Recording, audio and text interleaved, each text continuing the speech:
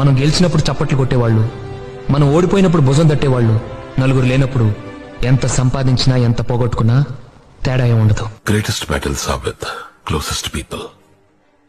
గొప్ప యుద్ధాలన్నీ నా అనుకునే వాళ్ళతోనే. వినే టైము చెప్పే మనిషి వల్ల విషయం విలువే మారిపోతుంది. ఇలా మరి నిజం చెప్పకపోవటం అబద్ధం, అబద్ధాన్ని నిజం చేయాలనుకోవటం మోసం. జీవితంలో మనం కోరుకునే ప్రతి సౌకర్యం వెనకాల ఓ మినీ యుద్ధమే ఉంటుంది. యుద్ధంలో గెలవడం అంటారా? శత్రువుని చంపడం కాదు సార్, శత్రువుని ఓడించడం సార్. ఏం చెప్పాను? ఓడించడం. ఓడించడం సార్. ఓడించడమే యుద్ధం యొక్క లక్ష్యం. Okay sir. చంపడం కాదు. యుద్ధం చేసే సత్తా లేనోడికి శాంతడిగే హక్కు లేదు. నిజం చెప్పేప్పుడే భయం వేస్తుంది అన్న, చెప్పకపోతే ఎప్పుడు భయం వేస్తుంది. అద్భుతం జరిగేటప్పుడు ఎవరూ గుర్తించలేరు, జరిగిన తర్వాత ఎవరు గుర్తించాల్సిన అవసరం లేదు.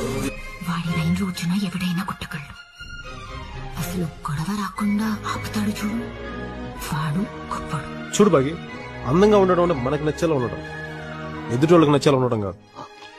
కారణం లేని కోపం, గౌరవం లేని ఇష్టం, బాధ్యత లేని యవ్వనం, జ్ఞాపకం లేని వృద్ధాప్య అనవసరం. అలాంటి వాడు ఉన్నా ఒకటి లేకపోయినా ఒకటి మాత్రం గుర్తుంచుకో, సంపాదించడం చేత కాని వాడికి ఖర్చు పెట్టే అర్హత లేదు, చెప్పే ధైర్యం లేని వాడికి ప్రేమించే హక్కు లేదు.